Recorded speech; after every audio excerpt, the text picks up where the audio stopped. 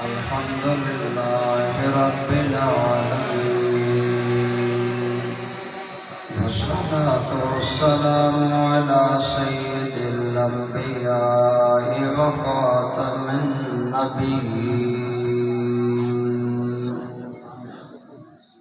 وعلى آله الطيبين الطاهرين وأصحابه الهادين المهديين،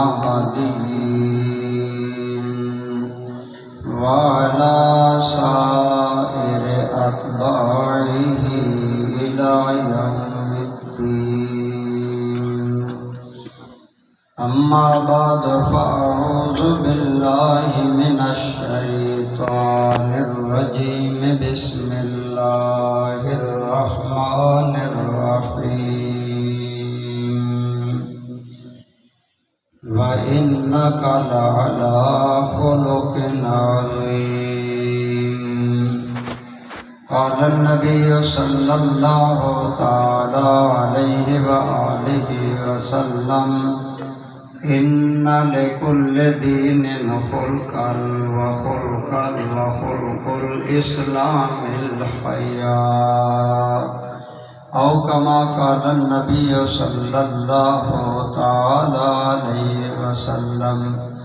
صدق الله مولانا العظيم، صدق وبلغنا رسوله النبي الأمي الأمين الكريم. درود پاک تمام حضرات. درود پاک. وعلى آل إبراهيم إنك حميد مجيد. اللهم بارك على محمد وعلى آل محمد وبارك على إبراهيم وعلى آل إبراهيم. حمد و صلات کے بعد صدر محفل، عزت مآب، جگر گوشہ حضور قبلہ سید شبیر احمد شاہ صاحب خوازمی، صاحبزادہ بالا تبار حضرت صاحبزادہ سید ضیاء الحسن سیالوی صاحب دامت برکاتکم العالیہ، دیگر قابل احترام حضرات علماء کرام، برادران اسلام، بزرگوں، دوستوں، عزیزوں، آج ماشاءاللہ احباب اور میں البدر اسلامک اکیڈمی کی طرف سے منعقدہ محفل میلاد النبی، سب کہیے صلی اللہ علیہ وآلہ وسلم میں حاضر ہیں، اور میرے اپنے پیش نظر بھی یہی بات رہتی ہے کہ میرا موقف یہ ہوتا ہے کہ محافل میلاد النبی کو با مقصد بنائیں، اور میں اپنے شاگردوں عزیزوں کو بھی کہتا ہوں کہ آپ لوگ الحمدللہ میلاد پاک ہم بیان کرتے ہیں، لیکن اس وقت اس چیز کی ضرورت ہے کہ ہم اپنے سامعین کرام کو اسلام کے اعلیٰ اخلاقی نظام اور بالخصوص حضور رحمت عالم، سرور عالم، سید عالم، سب بولیے صلی اللہ علیہ وآلہ وسلم کے اخلاق عالیہ سے آگاہ کریں، اپنے بھی کردار کو اور سیرت کو حضور کی سیرت کے نور سے منور کریں، اور اپنے دوستوں کو بھی اس رنگ میں لانے اور ڈھالنے کی کوشش کریں۔ برادران اسلام، اللہ کریم نے آپ کے اور میرے آقا صلی اللہ علیہ وسلم کو جو اعلیٰ اخلاق عطا فرمائے، ان پر اپنی زبان قدرت سے گواہی دی، فرمایا وَإِنَّكَ لَعَلَىٰ خُلُقٍ عَظِيمٍ۔ اے میرے حبیب کریم صلی اللہ علیہ وسلم، آپ کی ذات خلق عظیم پر ہے، یعنی اللہ تعالیٰ نے آپ کے اخلاق، عادات مبارکہ ان کو عظیم فرمایا ہے۔ اور برادران اسلام، آپ کی ذات پاک سے بڑھ کر اور کس کا خلق اچھا ہو سکتا ہے؟ میں عموماً ایک بات کرتا ہوں توجہ سے، وہ بات میری ذات سے لے کر ہر سننے والے بندے کے لیے ضروری ہے کہ ہمارے آقا کریم صلی اللہ علیہ وسلم نے جب اعلان نبوت فرمایا، ہر دعوے کی دلیل ہوتی ہے۔ آپ نے فرمایا میں اللہ کا رسول ہوں، لیکن اپنے رسول اور نبی ہونے کی دلیل آپ نے یہ نہیں دی کہ اگر کہو تو میں تمہیں چاند کے 2 ٹکڑے کر کے دکھاتا ہوں، حالانکہ آپ نے چاند کے 2 ٹکڑے کیے ہیں۔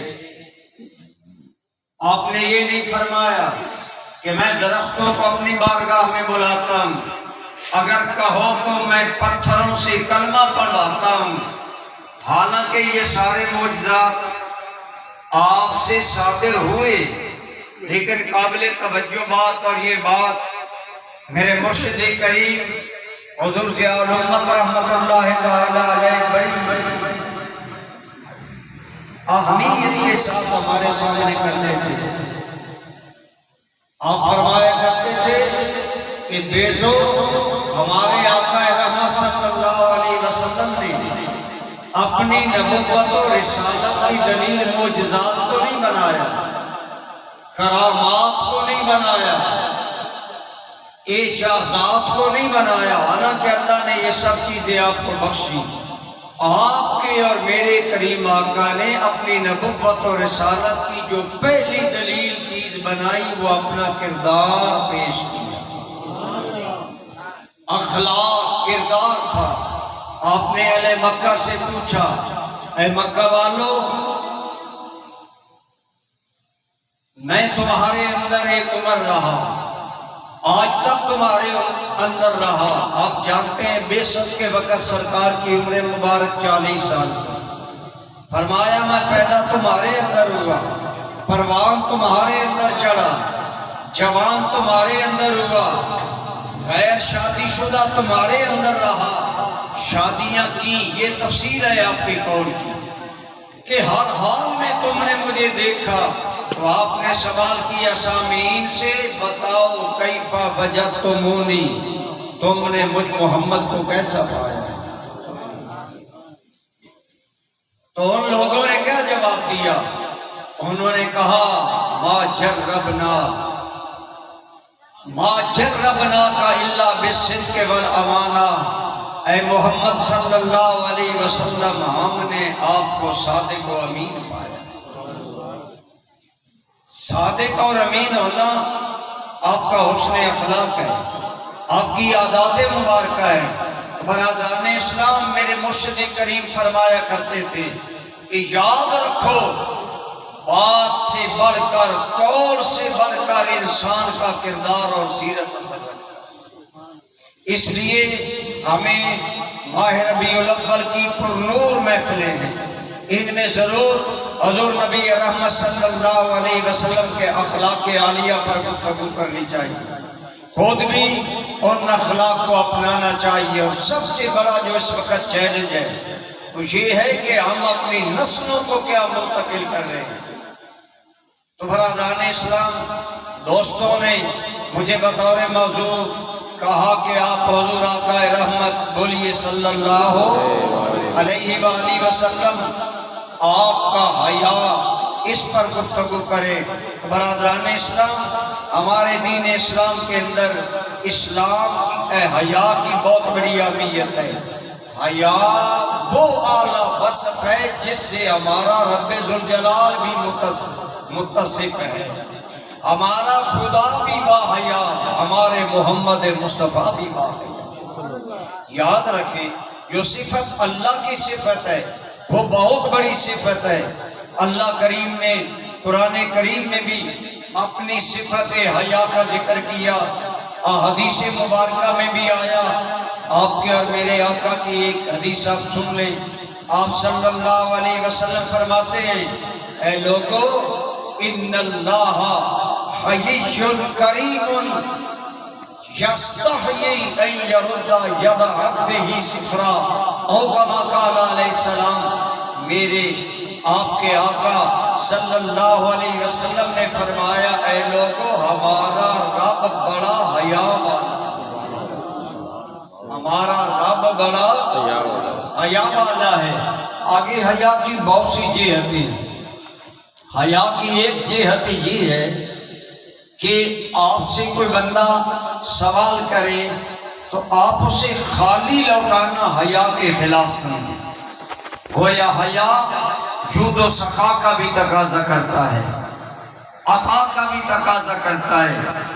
میرے اور آپ کے کریم آقا صلی اللہ علیہ وسلم نے فرمایا اے لوگو میرا رب العالمین بہت حیا والا ہے، میرے رب کو حیا آتی ہے بندہ خالی ہاتھ میری بارگاہ میں اٹھائے اور رب انہیں خالی واپس کر دے۔ میرے رب کو اس سے حیا آتی ہے۔ گویا ہمارا رب حیا والا، ہمارا خدا حیا والا، ہمارے محمد مصطفیٰ بولیے صلی اللہ علیہ وآلہ وسلم آپ باحیا ہیں۔ میرے اور آپ کے کریم آقا کی حدیث کا ایک حصہ میں نے تلاوت کیا۔ آپ فرماتے ہیں اِنَّ لِكُلِّ دِینٍ خُلْقًا، ہر دین کا ایک ممتاز، نمایاں اور چمکتا اخلاق ہوتا ہے۔ اور فرمایا سن لو خلق الاسلام الحیا، اور اسلام کی بہترین عادت اور بہترین خلق جو تمہارے اندر ہونا چاہیے وہ ہے حیا۔ گویا بتایا حیا جس بندے کے اندر جتنا زیادہ ہے اتنا اچھا مسلمان ہے، جتنا حیا ہے اتنا وہ صاحب ایمان ہے۔ حدیث پاک میں آتا ہے آپ کے اور میرے کریم آقا بولیے صلی اللہ علیہ وآلہ وسلم آپ خود کتنے حیا والے تھے۔ حضرت سیدنا ابو سعید خدری رضی اللہ تعالی عنہ آپ سے ایک مرتبہ ایک دوسری روایت میں صحابہ سے پوچھا گیا کہ سرکار کیسے حیا والے تھے، اور اس حدیث میں حضرت راوی حضرت ابو سعید خدری ہیں۔ آپ فرماتے ہیں اے لوگو ہمارے آقا رحمت صلی اللہ علیہ وآلہ وسلم کان النبی صلی اللہ علیہ وسلم اشد حیاء من العذراء فی خدرها۔ اے لوگو کمواری نوجوان لڑکی جتنے اپنے حجاب میں حیا والی ہوتی ہے اتنا آمنہ کا لال حیا والا تھا۔ یہ حضور کا عالم شباب کا حیا ہے۔ جوانی جب آتی ہے نگاہوں میں بے باکی آتی ہے، نگاہیں بلا وجہ اٹھا کرتی ہیں، لیکن میرے کریم کا عالم شباب عالم جوانی اس حیا میں گزرا کہ صحابہ فرماتے ہیں لوگوں ایک کمواری لڑکی اپنے پردے میں اتنی حیا والی نہیں ہوتی جتنا مصطفیٰ عالم شباب میں حیا والے تھے۔ آپ کے اور میرے کریم آقا صلی اللہ علیہ وآلہ وسلم آپ کو اللہ نے ہر عادت مبارکہ اور ہر خلق اعلیٰ سے اعلیٰ دیا تھا، کیونکہ آپ کی ذات ہر حوالے سے اعلیٰ، اس پر زیادہ گفتگو میں نہیں کرنا چاہتا۔ میں فوکس حیا پر رکھنا چاہتا ہوں کہ حیا اسلام کا نمایاں خلق ہے، نمایاں عادت ہے۔ ہمارے آقا بھی حیا والے، آپ نے صحابہ کو بھی حیا کی تعلیم دی، اپنے صحابہ کرام نے بھی حیا منتقل کیا۔ آج کے دور کا بہت بڑا المیہ آپ دیکھ لیں، ہمارے معاشرے سے حیا مفقود ہوتا جا رہا ہے۔ چھوٹا بڑے کا حیا نہیں کرتا، استاد کا حیا شاگرد نہیں کر رہا، اولادیں ماں باپ کے حیا سے محروم ہیں۔ لیکن آج اسی لیے بے سکونی ہے۔ اگر ہم چاہتے ہیں ہمارے معاشرے میں سکون آئے تو ہمیں حضور آقا رحمت بولیے صلی اللہ علیہ وآلہ وسلم کی آپ کی عادات مبارکہ اپنی سیرت میں داخل کرنی ہوگی۔ اور سب سے بڑی یہ کہ حیا آپ کا اعلیٰ اور نمایاں وصف تھا جسے اپنے غیر سبھی تسلیم کرتے تھے۔ حضور نبی رحمت صلی اللہ علیہ وآلہ وسلم آپ کی ذات پاک بڑی باحیا تھی۔ کیوں نہ ہو دوستو، حیا انسان کی فطرت میں رکھا گیا ہے، ہر بندے کی فطرت میں رکھا گیا ہے۔ آپ کو یاد ہوگا آپ کے میرے جد اعلیٰ سرکار آدم علیہ السلام اور سیدہ ہماری اماں حوا علیہ السلام دونوں جنت میں تھے اور جنتی لباس تھا، لیکن جب درخت کے قریب گئے تو اللہ نے بدن سے جنتی لباس ہٹا لیا تو پھر ان کی شرمگاہیں کھلی۔ یہ پہلے دو انسان ہیں، مردوں میں جناب آدم علیہ السلام اور عورتوں میں آپ اور میری سب کی امی جان دونوں ہیں۔ لیکن برادران اسلام قرآن کریم میں آتا ہے کہ جب جناب آدم و حوا علیہ السلام دونوں کے بدن سے جنتی لباس ہٹا، اب کوئی تیسرا نہیں ہے، لیکن اس کے باوجود جو ہی شرمگاہ ننگی ہوئی، جو ہی بدن ننگا ہوا، قرآن کریم فرماتا ہے تَفِقَا يَخْصِفَانِ عَلَيْهِمَا مِنْ وَرَقِ الْجَنَّةِ، اور تو کوئی چیز موجود نہ تھی، آدم و حوا علیہ السلام فوراً جنت کے پتے توڑ توڑ کر شرمگاہوں کو ڈھانپنے لگے۔ گویا اللہ کے قرآن نے بتایا اے انسانوں، تمہارے باپ اور ماں کی فطرت میں اللہ نے حیا رکھا تھا اور تھے دونوں، اس کے باوجود حیا اتنا پاورفل تھا کہ جو ہی شرمگاہیں ننگی ہوتی گئیں تو فوراً جنت کے پتے توڑ توڑ کر اپنی شرمگاہوں کو ڈھانپنے لگے۔ گویا حیا تیرا میرا فطری وصف ہے، حیا تیری میری فطرت کی آواز ہے، فطرت کی خواہش ہے۔ اللہ کی قسم اگر اسے پوری کرو گے تو فطرت کے تقاضے پورے کرو گے۔ لیکن آج میں پوچھنا چاہتا ہوں، آپ سب جانتے ہیں آج یورپ اور غیر مسلم قوتوں کی انگیخت پر میرے پاکستان کی نوجوان بچیاں یہ کہتی نظر آتی ہیں، میرا بدن میری مرضی، میری گردن میری من مرضی، میں دوپٹہ کروں یا نہ کروں۔ ہائے افسوس، کس قدر ہماری بچیوں کو گمراہ کیا جا رہا ہے اور اس طرح بیگانہ حیا کیا جا رہا ہے، شرم و حیا نگاہوں سے کھینچا جا رہا ہے۔ اس حال میں آپ کی میری ذمہ داری ہے کہ ہم مصطفیٰ کریم کے حیا کی دنیا کو باتیں سنائیں اور بتائیں ہمارے نبی ہمیں حیا کی کتنی اعلیٰ تعلیم دے کر گئے۔ حیا پر کس قدر زور دیا، مختلف انداز میں آپ نے حیا پر اپنے صحابہ کرام کے ذریعے اپنی امت کو آگاہ کیا کہ اسلام کے اندر حیا کا کیا مقام ہے۔ آپ نے فرمایا الحیاء من الایمان والحیاء خیر کلہ، اے لوگو حیا ایمان ہے اور حیا خیر ہی خیر ہے، حیا سراپا خیر ہے۔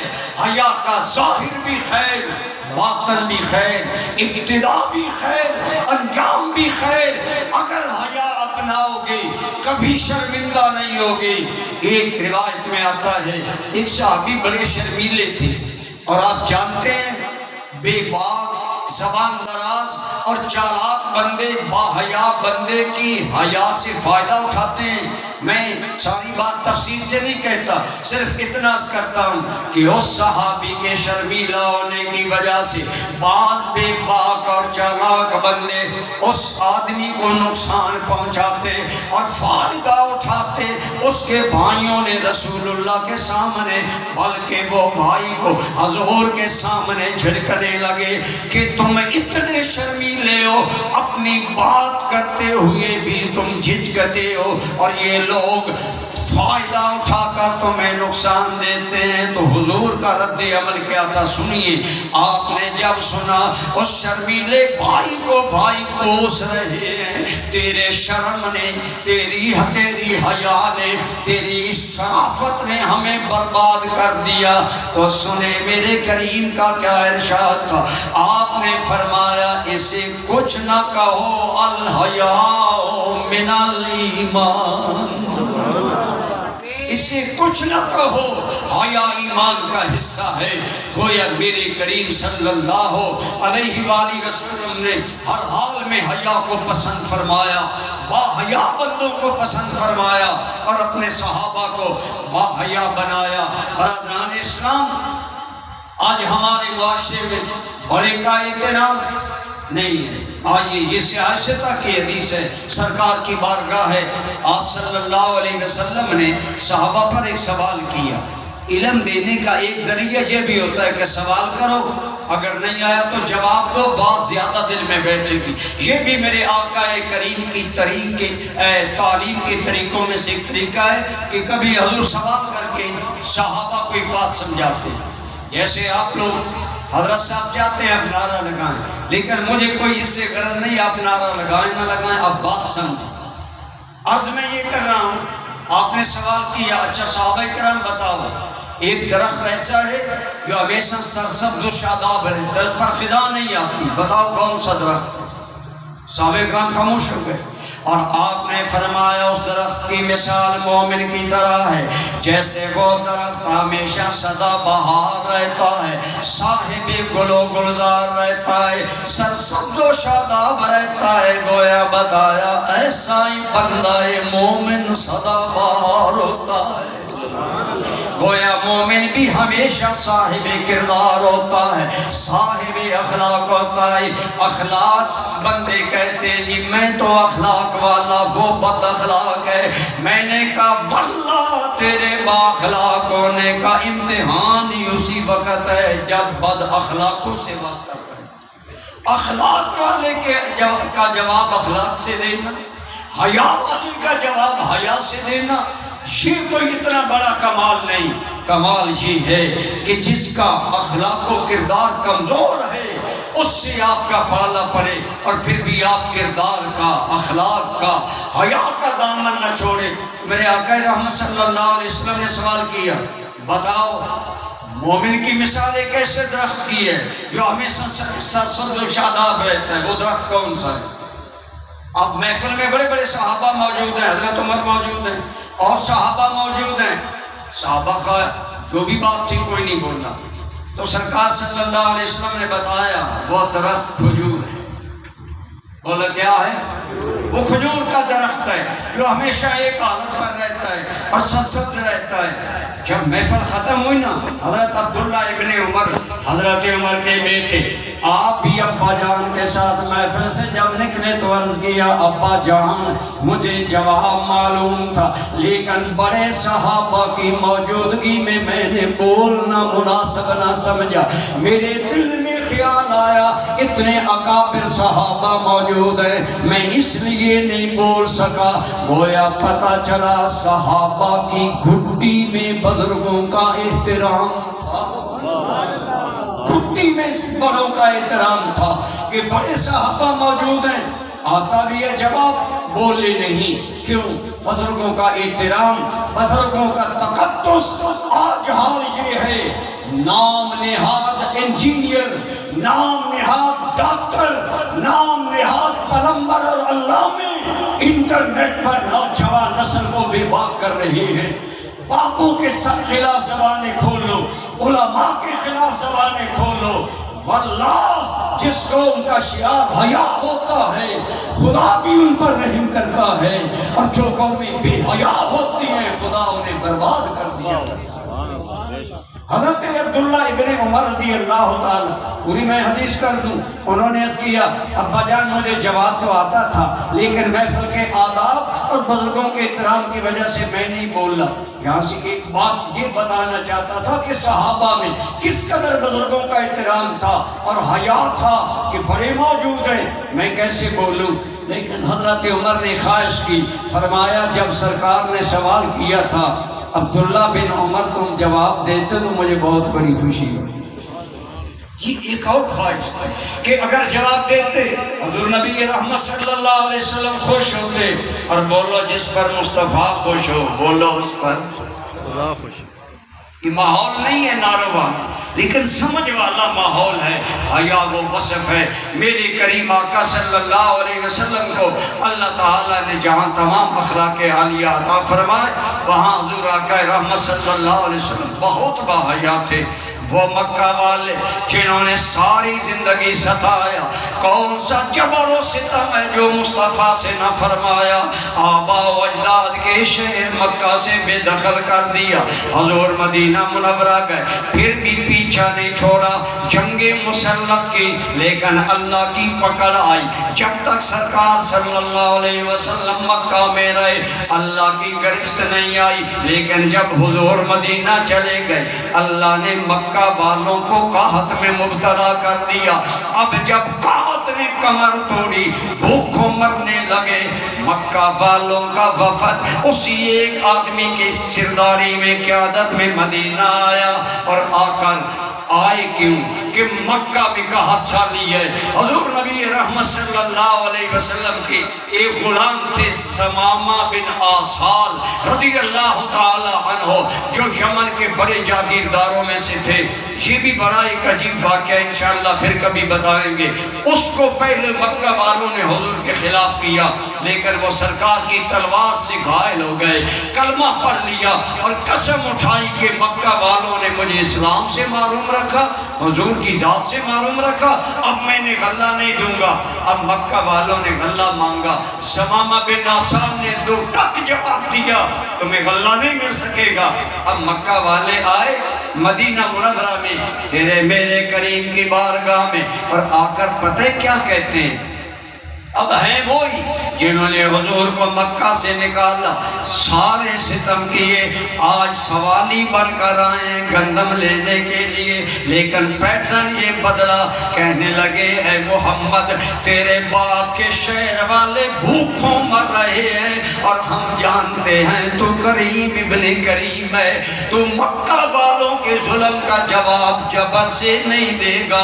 سمامہ بن آسال نے گندم روک لیا ہے، کیا سمامہ بن آسال سے آپ ہمیں گندم دلا سکتے ہیں؟ تو میرے مصطفیٰ کی شرم و حیا کا معاملہ یہ تھا کہ اتنی سی بات پر آپ نے فرمایا ہاں تمہارے معاملات اخلاق اپنی جگہ، سمامہ کو آرڈر بھیجا میرے ابا کے شہر کے لوگوں کو گندم دو۔ ہمارے آقا رحمت صلی اللہ علیہ وسلم ہر زندگی کی سٹیج پر آپ نے شرم و حیا کو اپنایا اور اپنے ماننے والوں کو حیا کی تعلیم دی۔ حیا کا مفہوم بہت وسیع ہے، لیکن میں جس طرف آنا چاہتا ہوں، دوستوں نے وہ جو بات ریلیٹڈ کی کہ حضور نبی رحمت صلی اللہ علیہ وسلم کا حیا اور سیرت کی پاکیزگی، یعنی جب دل میں حیا آتا ہے تو سیرت پاکیزہ ہو جاتی ہے، سیرت پاک ہو جاتی ہے۔ حیا بندے کو برائی سے روکتا ہے، حیا بندے کو بد اخلاقی سے روکتا ہے، حیا بندے کو بزرگوں کی بدتمیزی سے روکتا ہے، حیا بندے کو با اخلاق بناتا ہے۔ اسی لیے میرے کریم صلی اللہ علیہ وآلہ وسلم آپ نے فرمایا اے لوگو جب حیا کسی چیز میں آتا ہے تو اس چیز کا حسن اور زیادہ ہو جاتا ہے۔ ما کان الفحش فی شیء الا شانہ وما کان الحیاء فی شیء الا زانہ۔ ترمذی شریف میں یہ حدیث ہے، میرے آقا صلی اللہ علیہ وسلم نے فرمایا جس چیز میں حیا آتا ہے اس چیز کی زینت بڑھ جاتی ہے۔ بولو اس کی زینت، ذرا بولے اس کی زینت. وما کان الفحش فی شیء الا شانہ، اور جہاں بے حیائی آتی ہے وہاں عیب ہی عیب آتے ہیں، وہاں برائی ہی برائی آتی ہے. اسی ایک میرے آقا کے ارشاد کو سامنے رکھیں، جہاں حیا ہوتا ہے وہاں خوبصورتی ہوتی ہے، وہاں اچھائی ہوتی ہے، اور جہاں بے حیائی ہوتی ہے وہاں برائی، وہاں گندی اور غلط باتیں ہوتی ہیں. میرے کریم صلی اللہ علیہ وآلہ وسلم کی تربیت کا نتیجہ تھا. آپ کو یاد ہوگا آپ کے صحابہ، وہ تو میں عرض کروں گا ابھی بعد میں جا کر، عام حالات میں بھی ایک واقعہ ہمیں ملتا ہے کہ سیدہ خاتون جنت مائی فاطمہ الزہرا رضی اللہ تعالی عنہا آپ سرکار کی بارگاہ میں کسی کام کے لیے آئیں.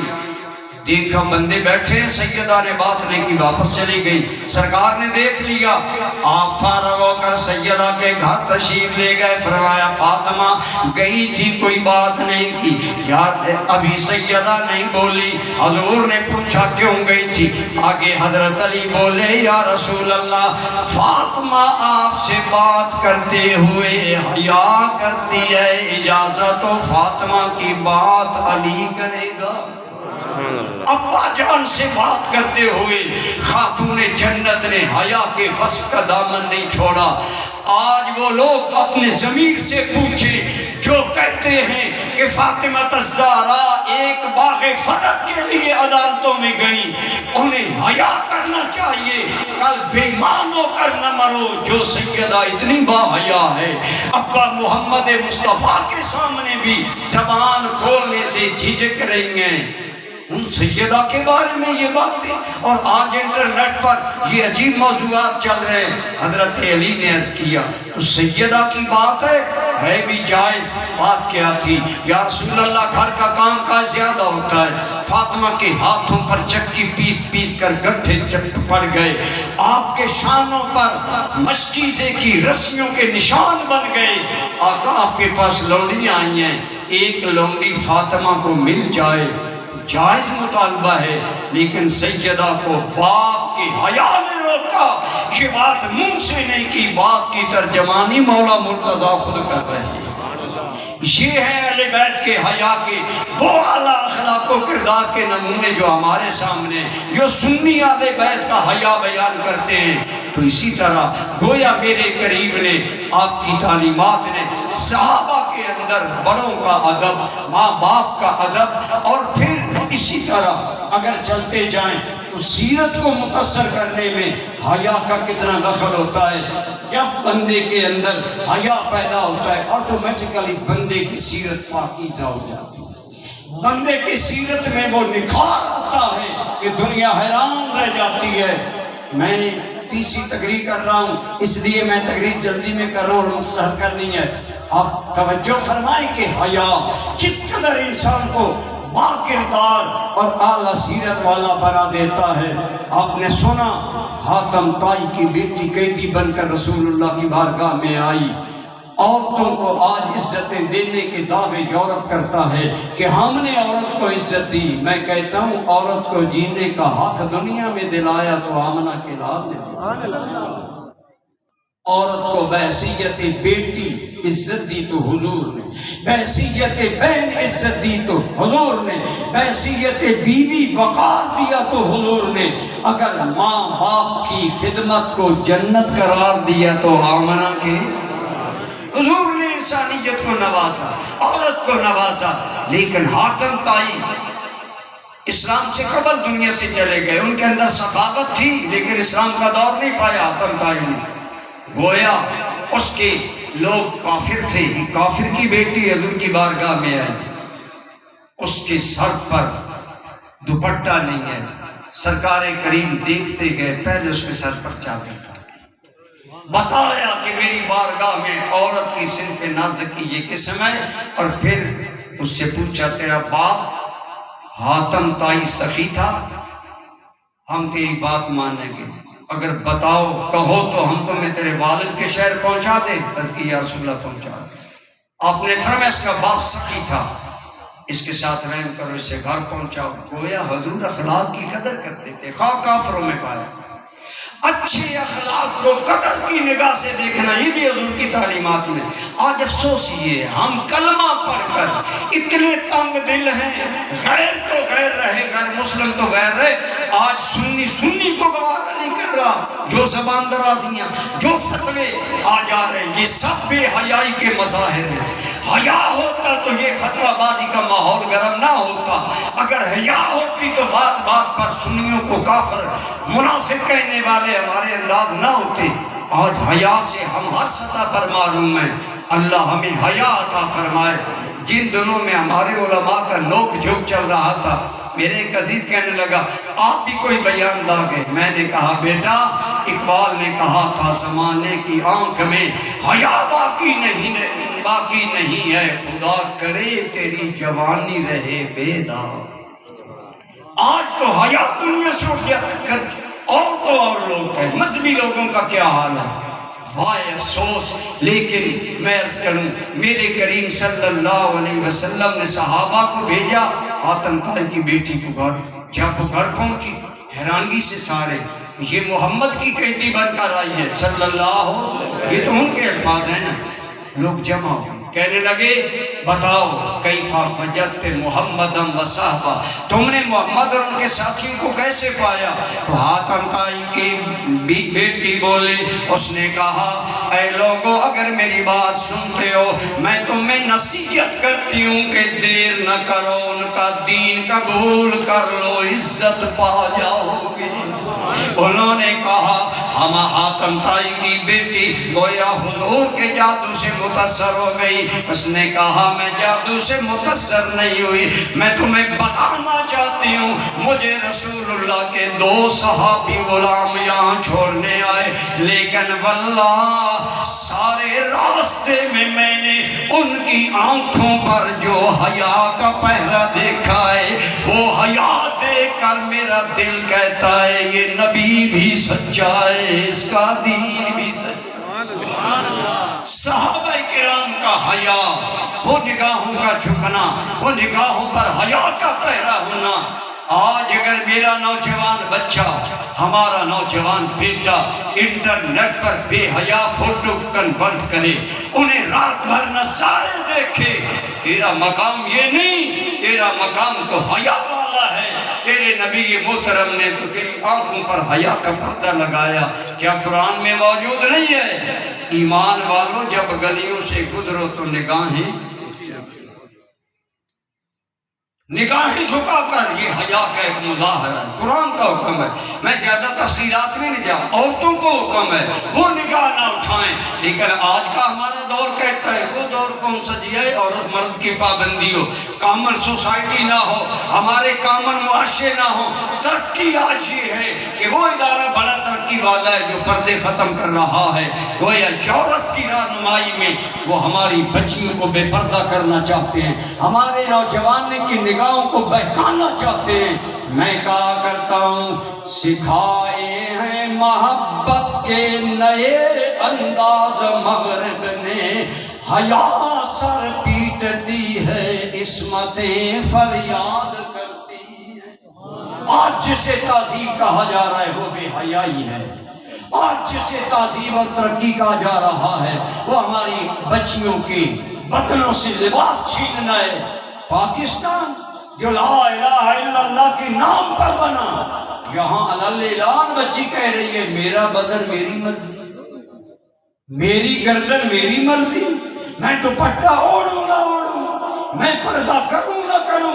ہماری حکومتیں بھی یورپ کی غلامی میں قوانین بنا رہے ہیں ایسے، لیکن یاد رکھو واللہ قوم ترغیب و ترہیب کی حدیث سنیے، آپ کے اور میرے کریم آقا نے فرمایا، بولیے صلی اللہ، آپ نے فرمایا ان اللہ عز و جل اذا اراد ان یہلک عبدا نزع منہ الحیا، اللہ جس انسان کو برباد کرنا چاہتا ہے اللہ ان سے حیا چھین لیتا ہے۔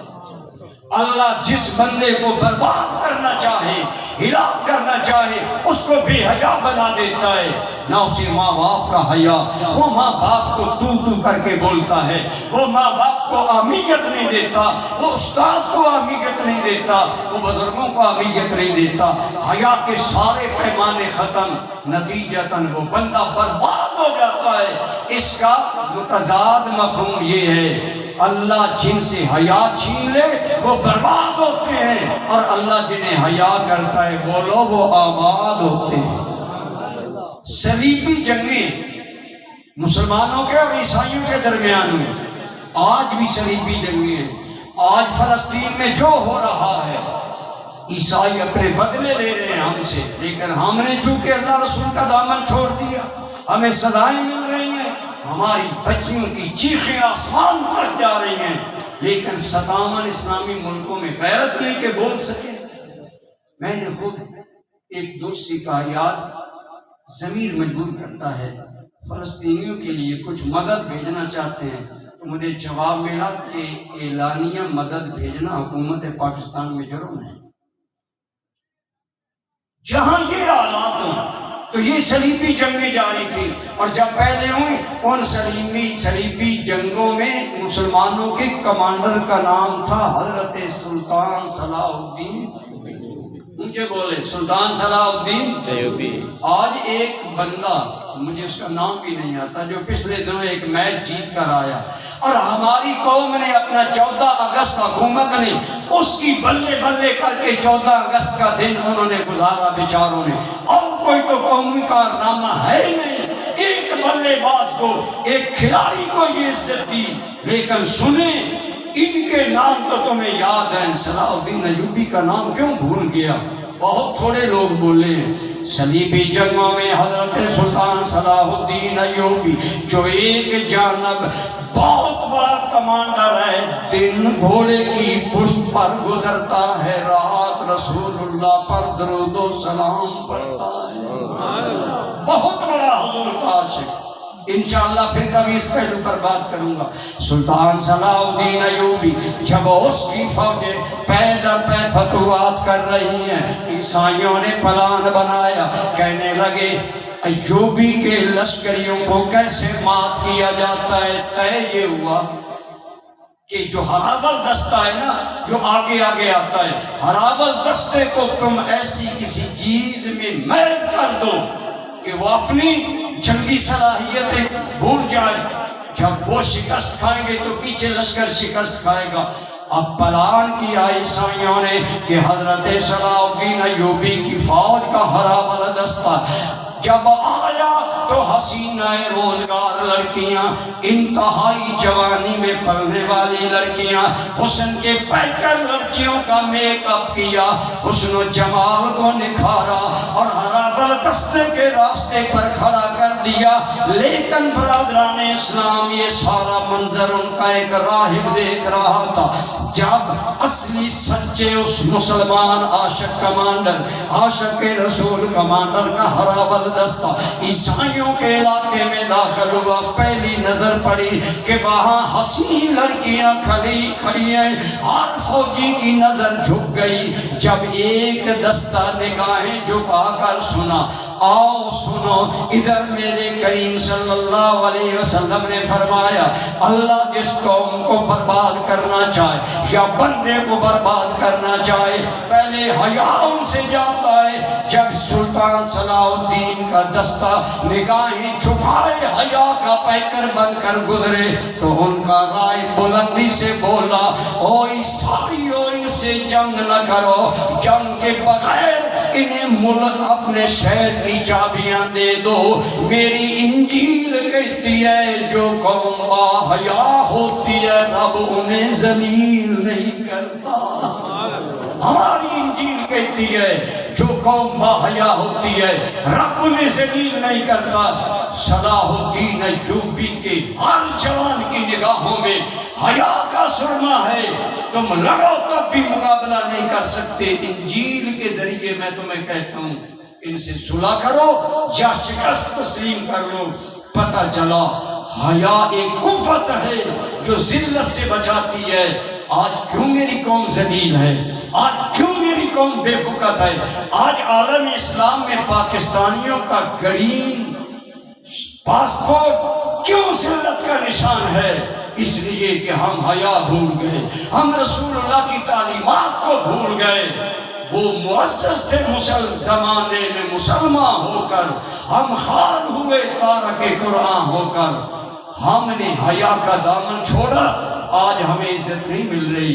سلطان صلاح الدین کی فوجوں کو اللہ نے عزت کیوں دی تھی؟ بولو، ان کی نگاہوں میں جس نوجوان کی راتیں بے حیا مناظر گزر دیکھتے انٹرنیٹ پر گزرے یا منتقل کرتے، وہ قوم میں کیا بڑا کارنامہ سامنے، اس کے اندر تو اخلاقی جرأت نہیں ہوگی، وہ بزدل ہوں گے، وہ جرأت مند نہیں ہوں گے۔ حضرت اسلام یہ ہے حیا، کتنی بڑی سیرت ڈیولپ کرتا ہے کہ جس انسان کے اندر حیا ہوتا ہے اللہ اسے کبھی ذلیل نہیں کرتا، گویا حیا قوموں کو عزت دلاتا ہے۔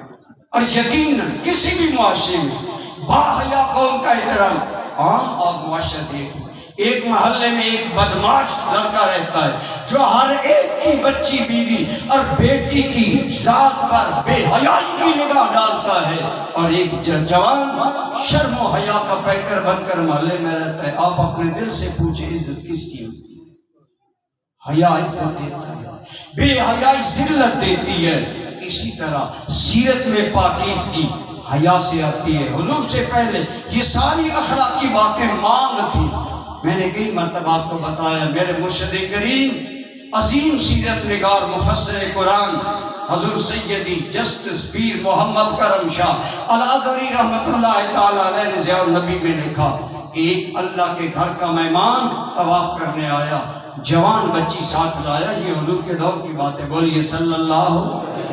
لیکن برادران اسلام جب جوان بچی بیت اللہ میں لایا، عین حرم کعبہ سے ایک مکے کا امیر آدمی آیا، اس کی بچی کو اغوا کر کے لے گیا، اس کی عصمت دری کی، اس کی عفت کی چادر تار تار کی۔ آپ بتائیں، میں بھی بچیوں والا، آپ میں بھی بچیوں والے ہیں، جس باپ کی عصمت اور عزت اور بچی کی عزت اس کے سامنے اس کی چادر تار تار ہو، کیا بات کے لیے موت کا مرحلہ؟ وہ اللہ کے گھر کا پردیسی غریب الدیا مسافر مکہ کے وڈیروں کے پاس جاتا ہے، میری بچی ریلیز کراؤ، میری بچی واپس اور میری عصمت کراؤ، لیکن سوائے حضور کے کوئی بات نہیں سنتا۔ یہ تھا معاشرہ میرے اور تیرے نبی سے پہلے، لیکن میرے نبی نے اپنے غلاموں کو کتنا باحیا بنایا۔ حضور نبی رحمت صلی اللہ علیہ وسلم کا ایک صحابی ہے، نام ہے ثعلبہ بن عبد الرحمن الانصاری رضی اللہ تعالی عنہ۔ یہ نوجوان لڑکا ہے، حضور نے بھیجا جاؤ فلاں بندے کو بلا کر لاؤ۔ حضرت ثعلبہ گئے، شام تک واپس نہیں آئے۔ صحابہ سے پوچھا کسی نے ثعلبہ دیکھا؟ کیا رسول اللہ نہیں دیکھا؟ فرمایا تلاش کرو، نہیں ملا۔ اگلا دن آیا، آپ نے حضرت عمر بن خطاب اور حضرت سلمان فارسی کو فرمایا اس سے مت جاؤ، پہاڑوں میں ثعلبہ ملے گا۔ گئے، ثعلبہ نہیں ملا، یقین تھا حضور نے فرمایا ضرور ملے گا، لیکن بڑی تلاش سے بشیار کے بعد ثعلبہ نہیں ملے۔ دونوں پریشان ہوئے، وہاں ایک چرواہا بکری چلا تھا، اس سے اس دونوں حالات نے پوچھا، اس کا کاٹ کا، اس رنگ کا، اس حیثیت کا، اس حیات کا نوجوان لڑکا دیکھا ہے؟ اس نے کہا نہیں۔ اس سے کوئی غلطی ہوئی ہے؟ اس نے کہا ہمیں نہیں پتا۔ کہتا ہے آج رات پچھلے پہر میں کوئی نوجوان آدمی ان پہاڑوں کے دامن میں زاروں کے تار روتا تھا کہ یا اللہ میرا گناہ معاف کر۔ حضرت عمر سمجھ گئے، انتظار کیا، رات آئی، حضرت ثعلبہ غاروں سے نکلے باہر، اللہ کی بارگاہ میں عاجزی، انکساری، رونا دھونا، یا اللہ مجھ سے غلطی ہو گئی، معاف کر دے۔ حضرت عمر نے دبوچ لیا، میں چلو حضور بلا رہے۔ میں بڑا بریفلی شارٹ کر رہا ہوں۔ تینوں مقدس ذاتیں مسجد نبوی میں پہنچی، صبح کی نماز جائیں۔ آج کے میلاد کے صدقے اللہ آپ کو اور مجھے بھی مسجد نبوی کی نماز نصیب کرے۔ وہ کیسی نماز ہوگی؟ جہاں میرے کریم امام ہیں اور صحابہ کرام مقتدی ہیں۔ دوستو جب پہنچے سرکار قیامت کی آیات پڑھ رہے ہیں۔ ہر بندے کو اپنے عمل کا جواب دینا ہوگا، کسی کا عمل رب سے چھوٹ نہیں سکتا۔ جب ان آیات سے حضور گزرے تو سالبہ تو پہلے دکھی تھا۔ حضرت سالبہ رضی اللہ تعالیٰ عنہ غشی کھا کر گر گئے۔ نماز ختم ہوئی، حضرت عمر نے عرض کی یا رسول اللہ سالبہ کو لے تو آئے لیکن حالت غیر ہے۔ سرکار سمجھ گئے معاملہ یہ ہوا تھا کہ سالبہ جا رہے تھے، جس کام سرکار صلی اللہ علیہ وسلم نے بھیجا، بے خیالی میں نگاہ اٹھی، کھجوروں کے جھرمٹ میں ایک چشمے پر عورت نہا رہی تھی، اس کے ننگے بدن پر سالبہ کی نظر پڑی۔ ڈر گیا سالبہ، دل میں خیال آیا غیر محرم کے بدن، عورت کے بدن پر میری نظر پڑ گئی ہے، سرکار کو معلوم ہو جائے گا، میں کس منہ سے حضور کے سامنے جاؤں۔ ایک وہ عرب کے لوگ جو حرم کعبہ سے لوگوں کی عفتیں عصمتیں لوٹتے ہیں، حیا کے جنازے نکالتے ہیں، اسی عرب کے لوگ کتنے باحیا بنے کہ سالبہ کی بلا ارادہ نظر بہ گئی، اس کے شرم میں حضور کا سامنا نہیں ہونا پا رہا۔ سرکار نے کرم کیا، حضرت سالبہ کو اٹھایا، اٹھا کر گودی میں سجایا۔ میں کہا کرتا ہوں میرے جوانوں، گویا میرے لجپال نبی نے بتایا، جس میرے جوان امتی کو اپنے گناہ کا احساس ہو جائے، اس کی قدر یوں اللہ کا نبی کرتا۔ اس کی سر اٹھا کر اپنی گود میں رکھا، حضور پیار سے اس کے سر پر ہاتھ پھیرتے ہیں، رحمک اللہ یا سالبہ، غفر لک اللہ یا سالبہ، اللہ تمہیں معاف کرے سالبہ، سالبہ اللہ تم پر رحم کرے، میں دعا کروں گا اللہ تمہیں معاف کر دے گا۔ سالبہ نے سر کھینچا، زمین پر گرا لیا، حضور نے پھر کرم کیا، دوبارہ اٹھا کر گود میں رکھا، حضرت سالبہ نے پھر سر گرا لیا۔ حضرت عمر نے ڈانٹا، نادان، حضور کرم کر رہے ہیں کہ تیرا سر اپنی گودی میں رکھتے ہیں اور تو سر کھینچ کر پھر گراتا ہے۔ سالبہ رو کر بولا، یہ تھی وہ تبدیلی حیا کی۔ بولا عمر حضور کی گود پاک ہے، میرا بدن ناپاک ہے، مجھے حضور کی گود میں سر رکھتے ہوئے شرم آتی ہے۔ اسی شرم میں سالبہ کی جان نکل گئی۔ کھیوڑا والو، یہ ہے وہ حیا کا اعلیٰ وصف جو آمنہ کے لال نے اپنے غلاموں نے پیدا کیا۔ ان کی سیرت میں پاکیزگی، طہارت، اللہ کی قسم ایسی طہارت جس طہارت پر نوری ملائکہ بھی ناز کرے۔ حضرت سالبہ فوت ہو گئے، لیکن سوچیں تو صحیح کتنے خیالات پاک ہو گئے، کتنے کردار پاک ہو گئے۔ اسی لیے میں کہا کرتا ہوں، لوگ کہتے ہیں میلاد منانے کی کیا ضرورت، میں کہتا ہوں کائنات کو بتاؤں، ہم اس کا میلاد منا رہے ہیں جس نے انسان کو اعلیٰ اخلاق دیا، اعلیٰ کردار دیا ہے، ایسا حیا دیا ہے، ایسا شرم دیا ہے۔ میرے کریم صلی اللہ علیہ وسلم نے جب جنازہ پڑھایا، آپ پورا قدم زمین پر نہیں لگاتے، صحابہ حیرت میں دیکھ رہے ہیں، سرکار زمین پر پورا قدم نہیں لگاتے۔ آپ نے فرمایا، اے لوگوں، میرے سالبہ کا وہ شرم و حیا اور اللہ سے ڈرنا اتنا اللہ کو پسند آیا ہے کہ رب نے اتنے فرشتے سالبہ کے جنازے میں بھیجے ہیں کہ میں پورا قدم بھی زمین پر نہیں لگا سکتا۔ یہ ہے حضور کی کرم نوازی۔ حضرت آج نعرے رہنے دیں، میں اسی لیے کہا کرتا ہوں، میرے کریم کا کرم ہے، کج ذہنوں کا زنگ اترا، بجھے چہروں پہ نور آیا، حضور آئے تو انسانوں کو جینے کا شعور آیا، ہر برائی کو دیا دیش نکالا، جس نے ہم اس کا میلاد منا رہے ہیں۔ کس کا میلاد؟ ہر برائی کو دیا دیش نکالا، جس نے کر دیا مشرق و مغرب میں اجالا۔ بولو کر دیا مشرق و مغرب میں اجالا، جس نے آدمیت کو نئی روش پہ ڈالا، جس نے ڈگمگاتے ہوئے انسان کو سنبھالا، جس نے اس لیے ہم کر رہے ہیں کہ اس کی تعلیمات میں حیا کا کتنا بڑا دخل ہے۔ اللہ کی قسم تیرے آباء و اجداد کے لیے وجہ افتخار تھا حیا، تیرے آباء و اجداد کا حیا سمپل تھا، دین کا نشان تھا، اللہ کی اس آخری پیغام کا نشان تھا۔ امام جلال الدین سیوطی رحمۃ اللہ تعالی علیہ نے لکھا، 3 مسلمان بھائی قیدی بنا لیے عیسائیوں نے، شرط لگائی عیسائی بن جاؤ جان بچاؤ، لیکن جنہوں نے نگاہ مصطفیٰ سے شراب محبت پی ڈال سکتے ہیں؟ فرمایا 2 عالم سے کرتی ہے بیگانہ دل کو، 2 عالم سے کرتی ہے بیگانہ دل کو، عجب چیز ہے لذت آشنائی، خدا و مصطفیٰ کی آشنائی ملے، کہا جان جاتی ہے تو جائے، ایمان نہیں جائے گا۔ اس ظالم نے کڑا رکھا کر تیل گرم کیا، 2 بھائیوں کو باری باری گرا کر جلا دیا۔ جب تیسرے کو جلانے لگا، عیسائی وزیر کہنے لگا اگر میں اسے بھی عیسائی بچا لوں، آپ کو کوئی عیسائی بنا لوں، ہے کوئی اختلاف؟ بادشاہ نے کہا کوئی نہیں، جیسے ہمیں کوئی کہے میں اسے مسلمان بناتا ہوں ہم خوش ہوں گے۔ اس نے کہا ٹھیک ہے، 40 دن کی مہلت دو، یہ بچہ عیسائی ہو جائے۔ وزیر گھر لے گیا، وزیر کس مان پر لے گیا، کس قوت پر لے گیا؟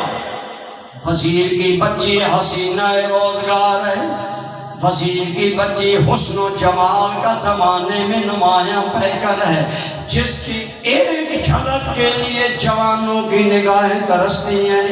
جوان مسلمان کو لے گیا، بعض روایات میں آیا وہ صحابہ تھے، میرے مصطفیٰ کے ڈائریکٹ شاگرد تھے۔ وہ ایک بچہ بالکل ٹین ایج ہے، اٹھتی جوانی ہے، اسے بڑا پیار دیا، لاڈ دیا، ہم تیرے خیر خواہ ہیں، تیری جان بچانا چاہتے ہیں۔ پھر اس بہانے رات اس کے حجرے میں اپنی بیٹی کا میک اپ کرا کے بھیجا۔ 1 دن 2 دن 3 دن جوان نظر نہیں اٹھاتا، حیران ہے کیوں نہیں دیکھتا؟ انہیں کیا پتا جن نگاہوں میں حسن مصطفیٰ بسا ہو وہ غیر کو دیکھا نہیں کرتے، وہ تو کہا کرتے ہیں ہم اکثر سامنے غیروں کے آنکھیں بند رکھتے ہیں، سبب یہ ہے کہ پھرتا ہے جمال یار نظروں میں۔ صحابی نگاہ غلط نہیں اٹھاتا۔ لڑکی اٹھی ایک رات، کندھے پر ہاتھ رکھ کر کہتی ہے افی جنبے کا قلب ام حاضر، وہ لڑکے تیرے پہلو میں دل ہے پتھر؟ اس نے کہا کیوں؟ کہنے لگی کیا تمہیں پتہ نہیں تیرے کمرے میں حسن کا کتنا جہان آیا ہے اور تو بے خبر ہے؟ مصطفیٰ کے غلام کی حیا سے جھکی نگاہیں بولی، بول کر کہا کیسے تمہیں دیکھیں، میرا نبی غیر کو دیکھنے کی اجازت نہیں دیتا۔ اس نے کہا ہوش میں آ، عیسائی ہو جائے گا، تیری جان بچ جائے گی، میرے جیسی حسینہ وقت تمہیں لڑکی ملے گی، دولت، حکومت، پیسے کی ریل پہ نادان نہ بنو، بھائیوں کے انجام کو نہیں جانتے۔ تو فرمایا تم بھی نہیں جانتے میرے بھائیوں کا کردار، تو انجام بتاتی ہے، کردار کیوں نہیں بتاتی کہ یار کے نام پر جل گئے لیکن وفا نہیں بدلی۔ اے کاش تیرے دل پر یہ جملے اتریں۔ لڑکی کہنے لگی اب بھی وقت ہے، عیسائی ہو جاؤ۔ اس نے کہا ٹھیک ہے بات کرتے ہیں، تو مجھے کہتی ہے میں عیسائی ہو جاؤں، میں تمہیں کہتا ہوں آؤ محمدی بن جاؤ۔ اس نے کہا، لڑکے نے کہا میں لاجک سے بات کروں گا، میں دلیل سے بات کروں گا۔ اس نے کہا ایک عیسائیوں کا کردار ہے، اتنے دنوں سے جوان بچی کی عزت میرے کمرے میں بھیج رہے ہیں، لیکن یہ محمدی کا کردار ہے کہ یہاں بھی تیری عصمت محفوظ ہے۔ وہ عیسائیوں کا کردار ہے، یہ محمدی کا کردار ہے۔ اب بتاؤ مجھے عیسائی ہونا چاہیے یا تمہیں محمدی ہونا چاہیے؟ کردار کی تلوار چلی، کردار کی زبان بولی۔ اقبال بولے دل سے جو بات نکلتی ہے اثر رکھتی ہے، پر نہیں طاقت پرواز مگر رکھتی ہے۔ جب لڑکے نے بات کی لاجک سے، دلیل سے، تھوڑی دیر سوچنے کے بعد بچی کا دل کھل گیا، کہنے لگی اگر سچی بات کروں عیسائی بے غیرت ہے، محمد کا غلام باحیا ہے، با کردار ہے، با غیرت ہے۔ مجھے پڑھاؤ اپنے نبی کا کلمہ پڑھا، اور رات کو استبل سے گھوڑا لے کر دونوں نکل گئے۔ اللہ نے جان بھی بچا لی، ایمان بھی بچا لیا۔ یہ تھے رسول اللہ کے صحابہ۔ یہ ہے حیات، جب ساتھ میں آتا ہے تو سیرت پاکیزہ ہوتی ہے، نگاہ پاک ہوتی ہے، خیالات پاک ہوتے ہیں۔ دعا کریں اللہ آپ کو اور مجھے بھی صفت حیا عطا فرمائے۔ میرے مدنی کریم بولیے صلی اللہ علیہ وسلم کی شرم آنگی نگاہوں کی خیرات ہمیں عطا فرمائے۔ اعلیٰ حضرت نے کیا کہا تھا؟ میرے مصطفیٰ کی کیسی نیچی نگاہیں، لیکن دو طرفہ بات کی۔ فرمایا کہ کس طرح نیچی نظروں کی شرم حیا پر دور، یہ میرے کریم کا حیا تھا کہ نیچی نظروں کی سیرت پہ، نیچی نظروں کے شرم حیا پر درود، اونچی بینی کی رفعت پہ لاکھوں سلام۔ تو حیا وہ وصف ہے جو اللہ نے اپنے حبیب کریم کو بے مثال عطا فرمایا، سرکار نے صحابہ میں منتقل کیا، صحابہ نے ہماری امت کے دلوں میں منتقل کیا، اولیاء کے دلوں میں۔ اللہ آج ہمیں اسی حیا کو اپنی نسلوں میں منتقل کرنے کی توفیق دے۔ آج ہمارے بچے کیوں بے ادب ہیں، سوچیں۔ آج ہمارے بچوں کے مقام میں استاد کا احترام کیوں نہیں ہے؟ آج معاشرے سے بے سکونی کیوں ہے؟ جن قوموں کو اللہ برباد کرنا چاہتا ہے اسے حیا چھینتا ہے۔ دعا ہے اللہ تعالیٰ مجھے اور میری قوم کو حیا کی نعمت عطا فرمائے۔